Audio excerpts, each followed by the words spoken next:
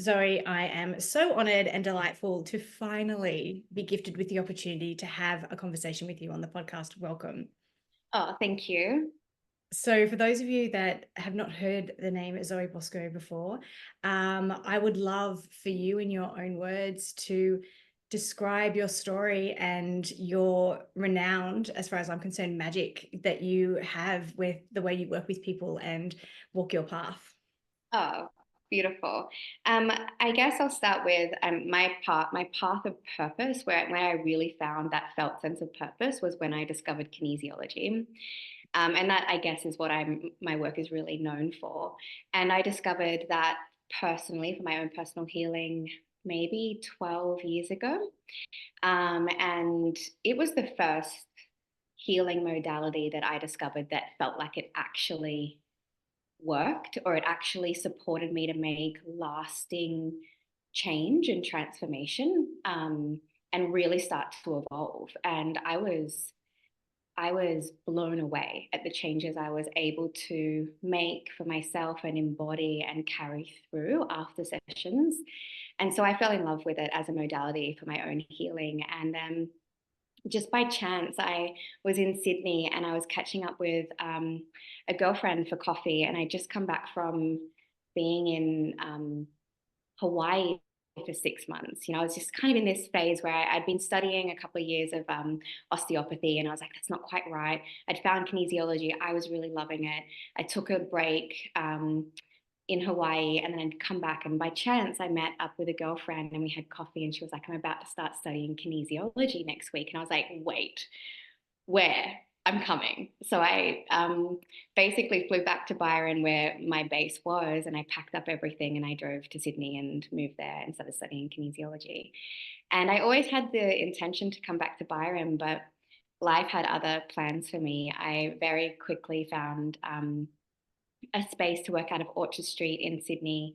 Um, like, just could not speak of that place higher. We're And I all started so paying practice. heartbroken at the moment. I know it's like it's shockwaves going through the community that beautiful place is transforming, but I have no doubt Kirsten and the team there are going to blossom in new ways and bring something new to the community if that's what they desire. But basically, I found Orchard Street, and it was always a dream. I remember walking in there as a customer thinking, this space is just so magical. I wonder if there's any, like, if I could work here, that would just be the dream.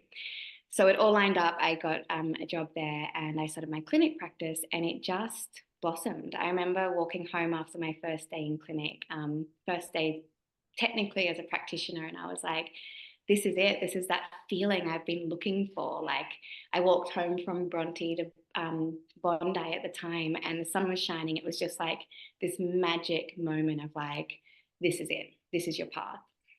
And I've been doing it ever since. That's 8 years ago now. So yeah, and it's evolved. I mean, I've studied other things, but essentially at the heart of my work, kinesiology is it really.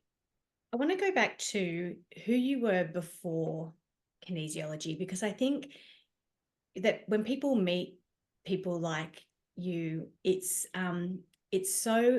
seems so self-actualized that I think sometimes we forget that people that are so embodied in the work that they're doing or their purpose have a very gritty backstory. So who were you before that healing started with kinesiology personally? Wow, what an epic question.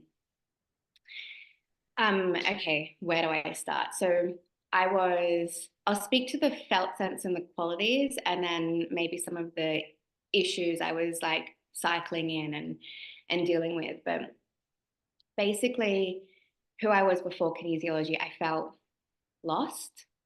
I felt like I had potential, but who I was being and my life outside of me did not reflect that at all. So I felt lost and disconnected, but I had a felt sense of like, there's something more. I had that. It was like this inner flame of, I have more potential than this. Or life has more potential than this, but I just could not figure out how to find it. I had no self-worth, really. I didn't even know the concept of self-love. I really didn't. Like I remember a friend of mine said to me, Zoe, do you love yourself? And I was like, what? Yeah. What do you mean? You know, this is going back into my early 20s. And um, I I had no sense of like boundaries or even like a sense of like permission to truly be who I wanted to be in the world, um, and live the life that I truly wanted to live, just on a like simple day to day basis. Like my conditioning was really to be a people pleaser, you know, and in that, I fell into a lot of unhealthy relationship cycles and missed out of aligned jobs, and just everything was just felt messy and chaotic. I spent 5 years in a very toxic relationship, which I haven't really spoken about much, but this is who I was back then. You know, I cycled in a very toxic relationship that was abusive and just so unhealthy. And I just could not figure out. I knew it wasn't healthy, and I knew I deserved more, but I just couldn't get out of the pattern. I just couldn't get out of the pattern of people pleasing, having no boundaries. I didn't have a foundation of self worth or self love or self respect at that time because I just hadn't developed that. So my life outside me was chaotic and unhealthy. I mean, that's kind of like a quick snapshot, you know. But I was, you know, I was seeking, I was searching, you know, I had that light inside me. I could feel, I knew it wasn't my truest potential. That's the best way I could say it. And so I was seeking guidance through spiritual practices like Vipassana. I went and did Vipassana quite a lot. I've done Vipassana 6 times. It's like a 10-day meditation retreat for anyone listening who hasn't heard of it. I was seeing like psychologists. I was doing all the spiritual, you know, workshops and healing. Like I was really seeking. I just hadn't found that thing that supported me to shift on a subconscious level yet. So I was doing all of that conscious work, but I wasn't getting into like the nitty gritty of my subconscious, you know, so it wasn't really working. And so when I found kinesiology, I remember the first session that I had, the woman that was working on me at the time, she tracked the abuse cycle right back through my feminine lineage, like, and I was like chills and blown away. And for the first time, I had some puzzle pieces of like, oh my God, this is something that's a lineage imprint. This is something for me to heal for my lineage. This is something for me to really go deep into. This is like part of my mission this life, you know. Once I had those few little insights, I understood enough to keep going into my healing. And that's where things really started to turn a corner.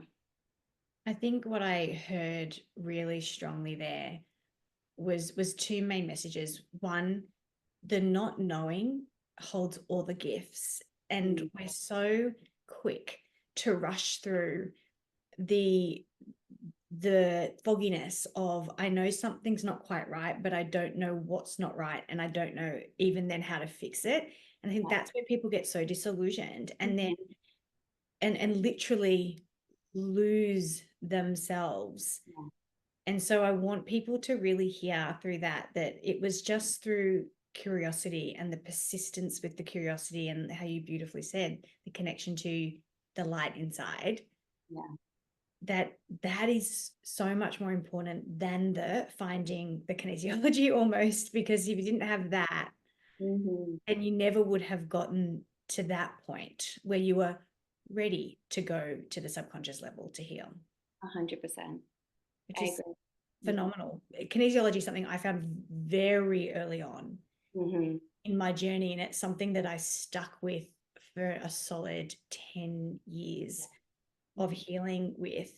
Um, and I don't know why I never became a kinesiologist. I think I just didn't want to study again. By this stage, I'd Yeah. already had 3 degrees under my belt. I can't do it for.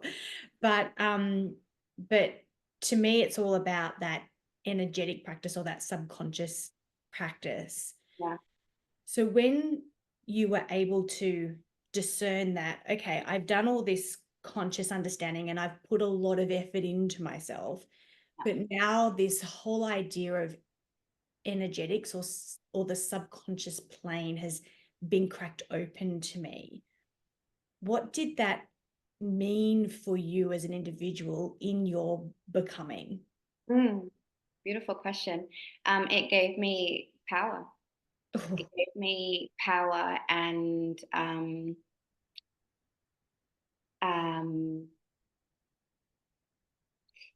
the knowing, the deep knowing and belief that I could change and transform.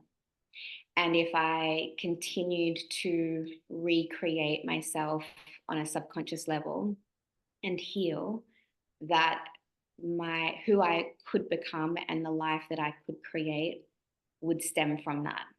So it gave me power, yeah, which I hadn't felt, right, in maybe ever, right. It gave me power. It gave me personal power because when I started studying, I also studied a modality that taught me how to work on myself. So I muscle test and heal on myself. So I went through this journey of like having practitioners work on me, which was profound. I started studying and I studied a modality that supported me to work on myself. And then that was next level power and change because I knew then how to communicate with my subconscious and how to shift my own energetics. And that was like next level game changing. So I've never been asked that question. So I've never really felt that answer, but it really, just to reinforce it, it gave me power, but personal power. Yeah. if you were ever sitting on the fence of any type of energetic work, that answer was just so perfect and so true. And I think there is so many well-intentioned healing modalities and information out there, science out there, Yeah. that can actually leave us, unfortunately, perhaps feeling disempowered. And I mean, empowerment is one of the pillars of our values at the Light Path Collective, because when someone comes to sit in front of any one of us, and I'm sure when people sit in front of you, it's this profound knowing that we are holding the space. You are the one shifting. 100%. And that's why I just adore people so much who are willing to sit in front of anyone. I don't care who it is, but the fact that you're curious enough to come and to surrender to yourself in the hands of another Mm-hmm. is so big. Yeah. Yeah. And I think, as you're speaking, what was coming to mind was, remember growing up and hearing a lot of comments like people don't change, people Mm. don't change. And I remember at one point being like, that is like the biggest collective conditioning that is designed to disempower and actually disconnect us from the very source of our being that is empowered to create all the time. Like we are creative beings by nature. So to say that people don't change is literally saying that they're not creative by nature or they don't have that power to change and transform. And sure, some people might not choose to change and evolve intentionally for whatever reason. But if we actually choose that, if we actually want that for our life, if we feel that inner flame of potential and we look at our lives and we're like, it could be different, it could be so much more, or I have this felt sense of like I've got something really beautiful to do in the world, like this felt sense of purpose. And then you choose to follow through with that and change, like and choose to change and intentionally evolve, then of course you're going to create and manifest the life that you want and dream of, and the person that you want to be, right? And to your point, it takes a lot of courage to go and sit in front of a practitioner and surrender and like go within and have someone bring up stuff from your subconscious, right? It's subconscious, it's the unknown, it's become unknown. So it takes a lot of courage. But I think once you've done it a few times and you feel the results and the benefit, you're like, oh, why would I not go and sit and surrender into my being and discover what wants to be changed and transformed, right? Because we are creative by nature. I see us as works of art, right? Consistent, living, breathing works of art, constantly refining and evolving. So that belief for me, or that perception, supports me to heal and grow and transform, like always. I don't feel like there's an end point to that. I want to pick up on that word create. We talk about it a lot in the more metaphysical fields. Mm-hmm. But really, to me, as an example, that word is really triggering because Mm-hmm. what I learned about being creative by nature was about a product, not a process. And so you're either creative because you can create, say, beautiful art, Mm-hmm. because that's so aligned with artistic ventures.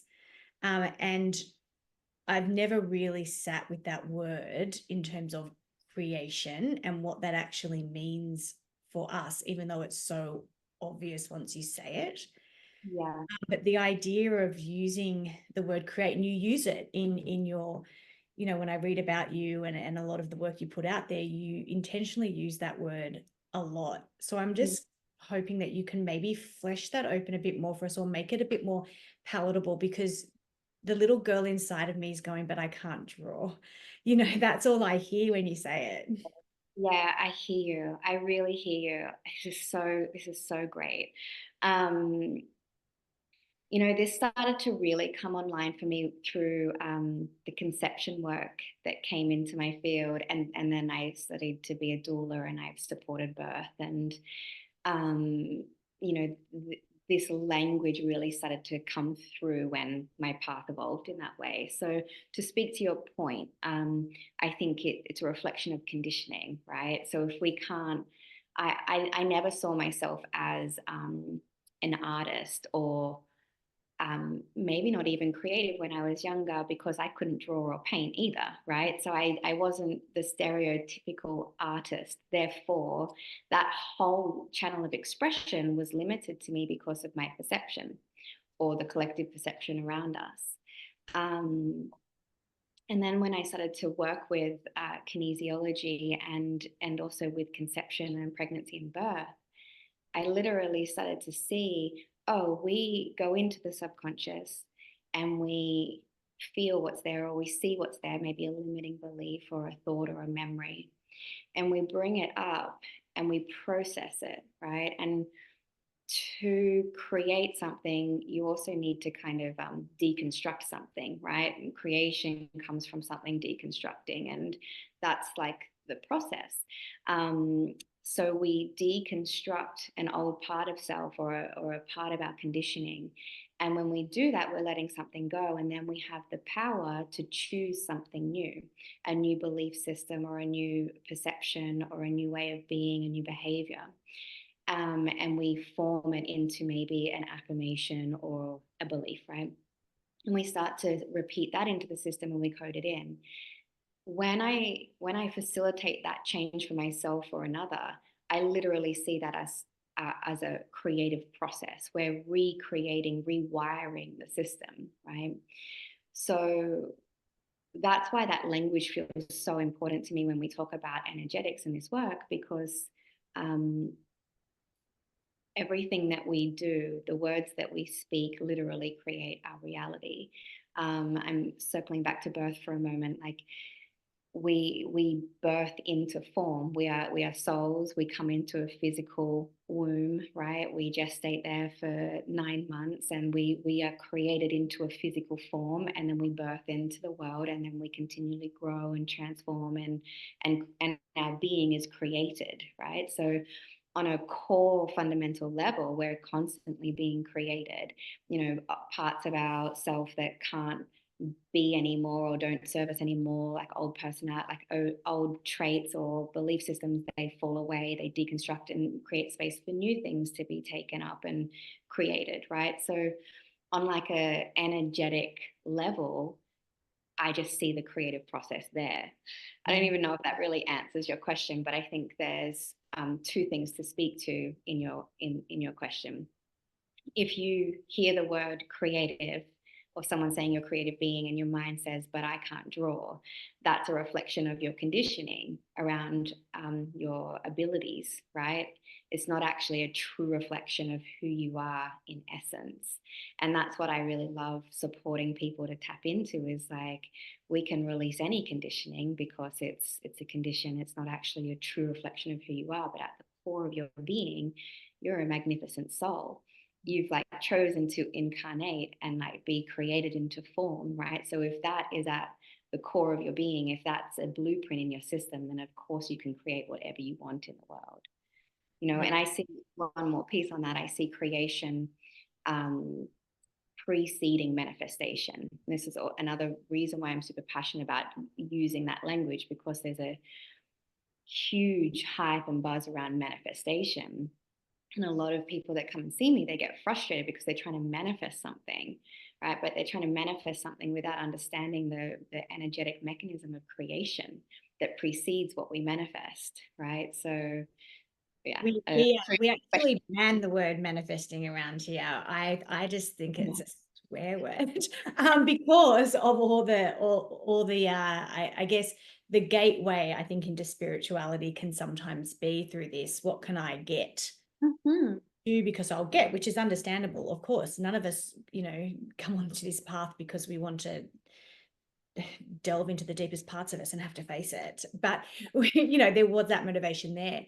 So we like to call it like it's an alignment practice, and the thing that you're aligning with isn't as important as what you've coined so beautifully, the creative practice. And I've told this story before, but for me, the realization of that took me a really long time, and I got to a point in my healing journey, and I said, like, when am I done?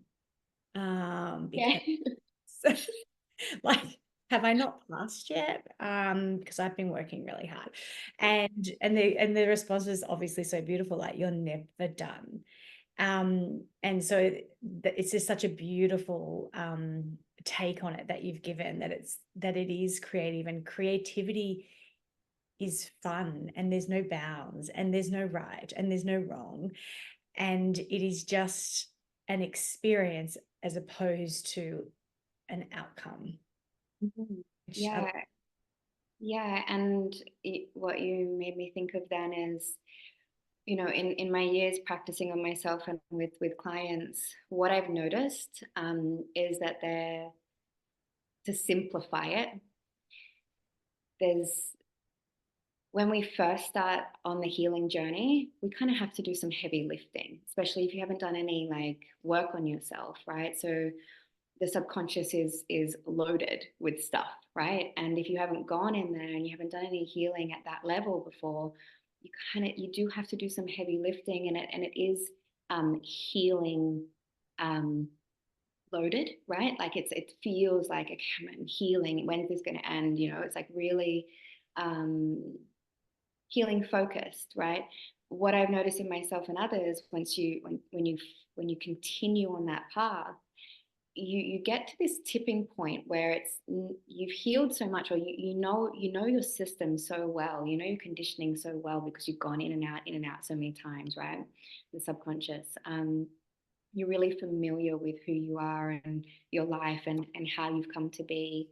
And you've moved through a lot of energy that's stored in your system, and you've cried a lot of things out, and you've moved a lot of things. You've done a lot of your healing. It comes to this point where it tips into creation, where it's more creative focused. And we always heal alongside that. It's like the deconstruction phase, right? But we've healed so much, it's more like, okay, now I want to be this version of myself, or I want to be able to manifest this, or manifestation, the word is banned, but I want to be able to create this business, or this offering, or a family, or a relationship, or whatever it is that we want to create and bring to life, right? To do that, we will need to support our system to shift and heal in certain ways, but it's lighter, and it's more creative focused. And so I see like two different aspects of healing. We're either really heavy healing focus because we haven't done a lot of work, or enough work on our system to like raise our frequency yet. And that's just part of like the initiation. We all have to do it, right? If we want to change and evolve in the way that we desire, and then it becomes creative focused. And you, of course, will be healing whatever you need to heal to be able to create and manifest or actualize those things or come into alignment with those things. But it's less daunting, and it becomes more fun. It's like, oh, okay, my system's ready to go into this piece. Okay, cool, let's go there. It's lighter, and we become more fluid and adaptable through it. Yeah. I even get excited now when I feel myself being, I wouldn't say the word triggered, but I feel, oh, this is difficult for me, or this is making me feel a certain way. I get so excited because I know that there's a part of me that's raising its hand and saying, please see to me, Yeah. so that we can move through to that next level. So it becomes so exciting. Yeah, it does. It's kind of like establishing or learning a new language. That's how I see it. It's like when we learn the language of healing, or when we learn the language of subconscious transformation and change, we become more fluent with it. We become more confident, right? We stay more in our power as we move through it, and yeah, it's exciting. It's like, oh, a new thing to move through. Yeah. Yeah. Well, let's pick up on the word subconscious because like we've talked about it a lot, but for those that are still maybe orientating themselves with the idea of this subconscious that is really running the show, can you break it down for us as you see it and through the work you do and its role and how it does influence us, but also how much it is desiring expansive creativity and transformation and curiosity? Yeah, beautiful. So, I guess in a nutshell, there's three layers of the mind or consciousness. We've got our conscious layer, which we're in right now, talking, in the moment. We have a pre-conscious layer, which is where, like memories and things just sit and they're easier to bring to light, like they're kind of just sitting in the periphery of our consciousness, and we can call on them with a lot of ease. And then there's the subconscious, which is, I see it as a library of everything we've ever experienced and stored away, right? And it's subconscious or unconscious. Those words are used interchangeably. And it's things that we've really either forgotten, or we're completely unaware of because it's happened at a time where we were really young, or it's something that's, we can store trauma in our subconscious, right? But we've gone through an event or an experience that's been traumatic, and it's been put in our subconscious because we haven't actually been able to process it in the moment. So it's stored for later. Um, so I see like the subconscious as like a sacred library of everything that we've ever experienced from, I mean, conception, let's say, for argument's sake, in this moment, from conception to present time. And it's so powerful to actually establish connection with, because it is what runs the show, really. Like, I think they say about 90% of like who we become and the life that we create comes from our subconscious conditioning. It's like the what's it called? Like your computer storage, right? It's like, the hard drive of the computer, of your system. And so, just like a hard drive of a computer, you can clean it up, clear things, and create more space for new software and programs to be downloaded into it. So, part of what I love doing is, if I'm working with a client, talking to them about who they want to become, or what they want to do, or what is it that they really want to be able to create in their life. And that might range from, I just want to feel safe to be my authentic self, right? Or it might be, I want to call in my like true love, or I want to become a mother, right? And anything that we want to call in. So we start there, and then we go, okay, then let's look into the subconscious. Let's find anything in your subconscious that's going to block that, or be out of alignment with that, or negate that experience from being manifested with ease, right? Because the things that we want consciously doesn't always line up with what we believe we're worthy or deserving of or safe to have in the subconscious. And that's where the block to manifesting really comes from. When we want to call in the man of our dreams, but maybe there's conditioning in the subconscious that says men aren't safe, or I'm not lovable, or I'm not worthy of being who I truly am. Therefore, I show up, in relationship as a distorted version of myself. And then I don't actually really align with someone who really truly feels like a true fit for me, right?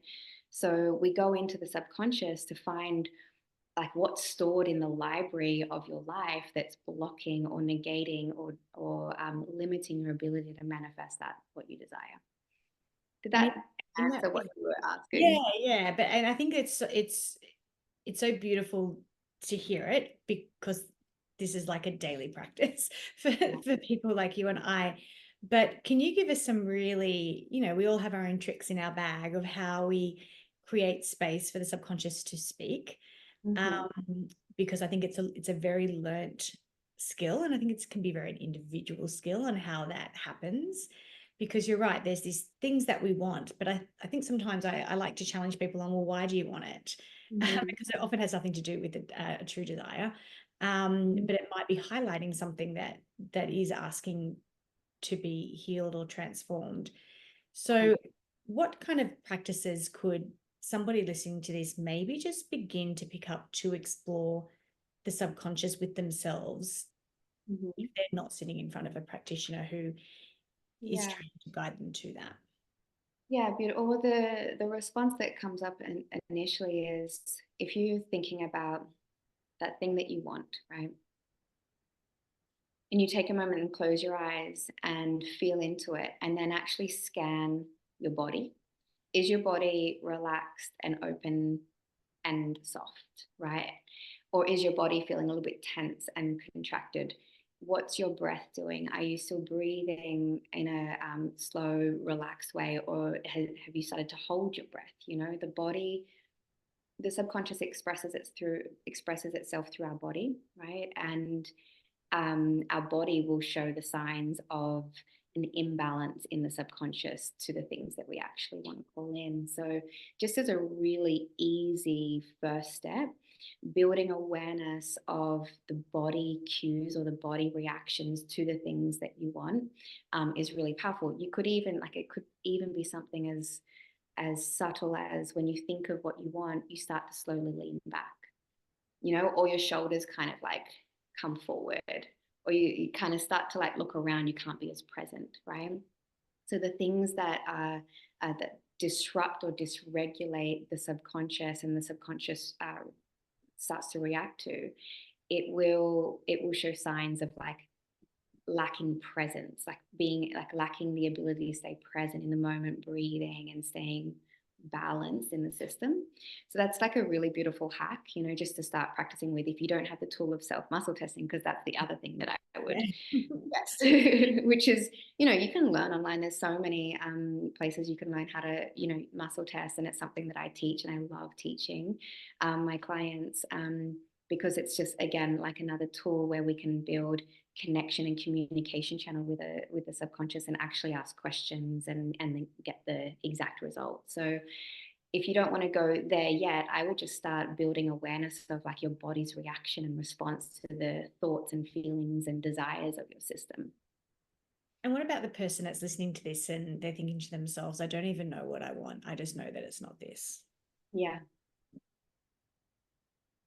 Mm.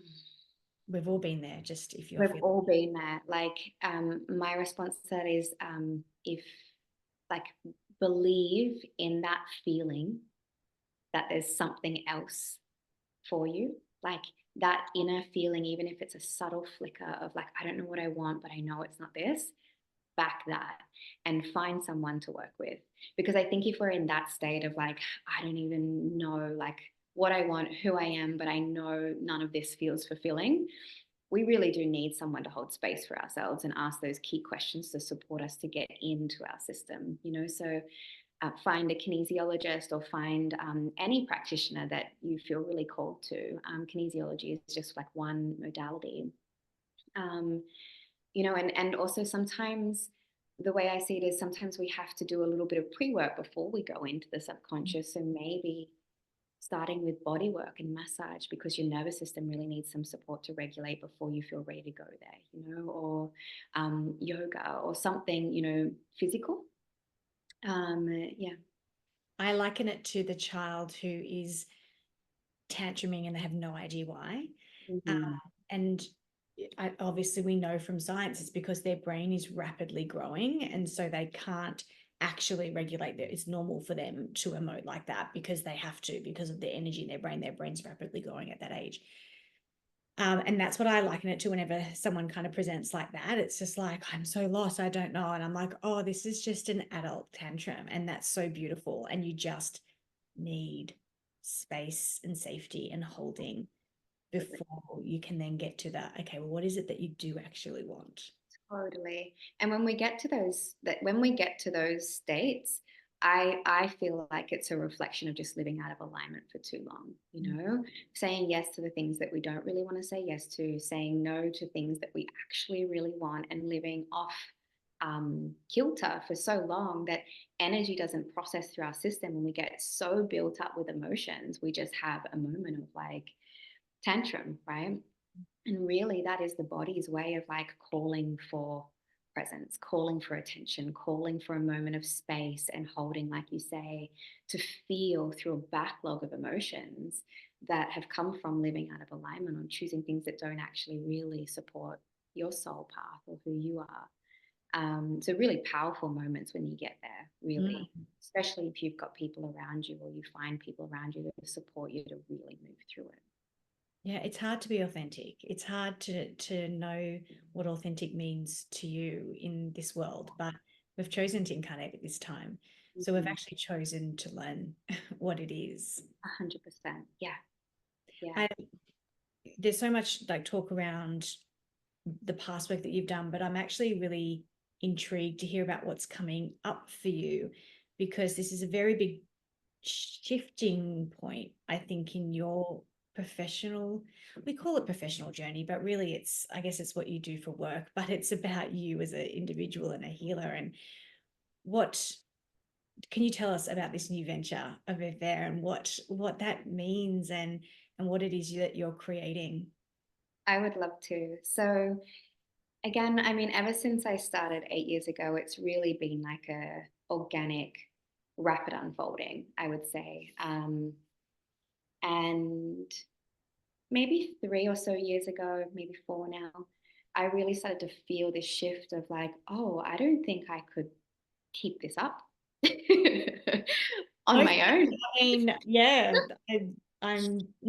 yeah. Like, I don't massive. want to say it here on the podcast in case people are like, but what are you not going to do what you do anymore? I'm like, I don't know. That 4-year itch in the spiritual world.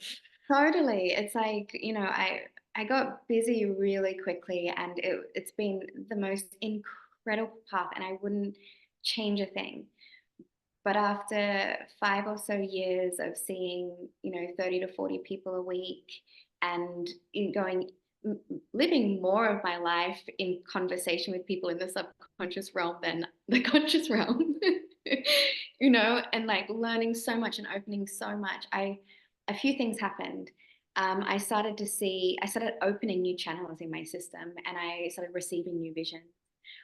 And these new visions, I was like, how am I going to do all of this? Like, I actually can't maintain seeing this many clients and also bring this vision through. So it was the beginning of a slight identity crisis, actually, because I'd become like this healer, and like, well, if I'm not this, what am I going to be? And so I had another process to go through, and realize that I trained in so many different things, and naturally I started working in my own unique way.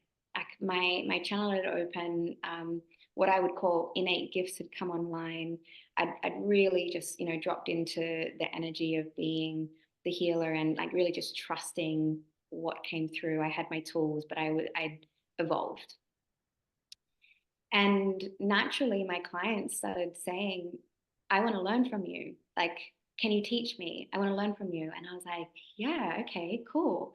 And it lined up with the visions that were coming through. And I was like, okay, there's a archetypal evolution happening here, where the healer needs to move into the mentor, right? And so I started mentoring women, other practitioners, and I was teaching them how to muscle test on themselves, but I wasn't teaching them to put that into practice yet, because it just didn't feel like I was there yet. So I was mentoring them, supporting them to integrate these tools into their own life.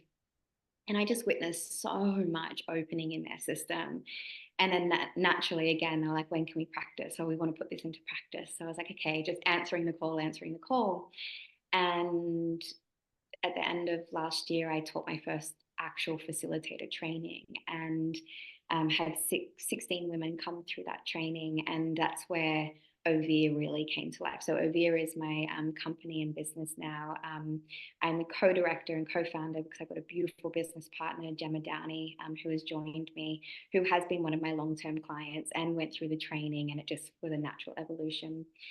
So a lot's happened. The visions came through, the calling came through, and I really sat with this decision to make of like, am I going to choose to grow and evolve with my purpose, or am I going to essentially stay small and limit myself to just being in clinic and working with one-on-one clients? And I love that work. I love it. But I could do so much more in the world if I started training other people and supporting this work to go out and have hundreds of practitioners in the world that can work this way. That's a greater impact, right? So yes, so Overe birthed into the world. Overe is essentially a lifestyle brand. I see this practice as a lifestyle. It can support you to heal, it can support you to create and actualize whatever you desire. And Overe stands for Original Vital Essence Restored Energetically. So really, like, that, even that is taking me on a journey. Like, original vital essence really speaks to like your authentic nature that radiates and shines when it's like really seen and like can and has the space to come through and be expressed, right? Your kind of signature essence. And we restore that energetically through the tool of kinesiology and energy psychology. So a lot evolving, where we've just started our second practitioner training 3 weeks ago. That will be running till the end of the year, and this will be the new thing, running the practitioner training. We're opening a clinic at the moment in Byron. There'll be an online clinic as well, and we've got a product range coming through at the end of the year as well. It's so exciting, and it's so comforting is the word, to hear the whole idea that, yeah, you found your feet and you found this success and thriving. And I think that this is what life does to us. We find our home and then we're invited to the next one. Yes. Yeah. And it, like you say, the creative process starts all over again. And it is scary and confusing and confronting and nerve-wracking. We have all those emotions. And so I think it's just so comforting to hear that you heeded that call, or you surrendered Yeah. to that next phase of the offering. And so again, if you're someone that's like, I don't even know what's next for me, or I don't even know what it would feel like to feel lit up or inspired, or all those things, it's just that constant curiosity and surrender, the game of creation. Absolutely. Yeah. And just having, I feel like courage is a big factor, and knowing that anyone that you see living on a path of purpose or doing something that really lights them up, they've they've had to face off with some big inner subconscious conditioning, and do their own healing, and they've had to summon a lot of courage to do that. So I feel like just knowing that it does take courage, and it is actually essentially a choice, and we all have the ability to choose that. And purpose, I mean, I have such a new relationship with purpose these days as I did when I first started this work. Like, I don't see purpose as a fixed state or an end goal. Like, it's a constant invitation to live into the next iteration of self or creation that wants to come through. It's an invitation to evolve intentionally, doing something that really is meaningful to us and supportive to the world. So even if like you're listening to this and you're like, I don't know what my purpose is. Like, there was times where I didn't know what my purpose is. And there's been times on this journey where I'm like, am I on purpose? What's that next purpose? Like, it's a guiding light it's a feeling that can be a guiding light. And if you don't know it, or if you don't feel it, there's a potential for you to feel that. And it really starts with coming home to self, and tuning in and listening, and building a connection with self, and then having the courage to follow what actually lights you up. And 99% of the time, that's going to be different to everyone around you, or some of the people around you, right? So that's why courage comes into play. It's like, oh, everyone's kind of going that way, but my heart wants to go that way. Mm. Purpose blossoms when you go the way you want, right? So yeah. In my bedroom, it's a framed piece of, I'm going to call it artwork, but it is just my favorite quote. And so I see it every morning before I get up, and it's, my fear is my only courage. And for me, when I fear something, Yeah. it, to me, that's just a little nudge from my subconscious that if you just pay attention, the gold is endless. Yeah. We're not going to tell you what the gold is, because it's the courage Mm-hmm. to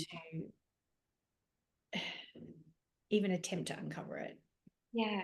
And Purpose of trust the it. unknown, right? And just go in that direction. Yeah, I love that. Because the new versions of ourselves, or the new path, or whatever you want to call it, it is scary. Like, Mm. I don't think anyone's immune from that, because it's part of like the emotional spectrum, right? So we're meant to feel it. When you cultivate a new relationship with fear, and understand that most of the time it's like a indicator that, you're about to expand or grow, right? Then you can relate with it in a way where it doesn't block you and pull you back, but actually you can move forward with it. Before we end, is there anything that you would want us to know about that inner light of potential? Mm. It exists in everyone. It exists in everyone. Um, mm, and that it's an indicator that change and transformation wants to happen. And everyone has the ability to change and transform in ways that they desire. Um,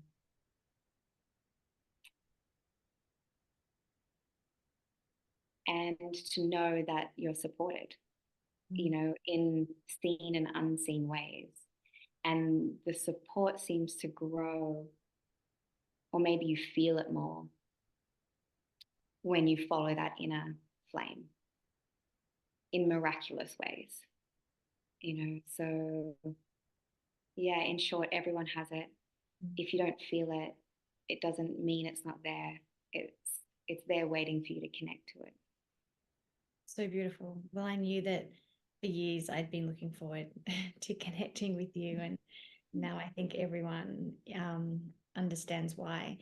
I know many people will want to connect with you, so head to the show notes, because I will pop all Zoe's details down there, and I encourage you to do so and follow along with the journey.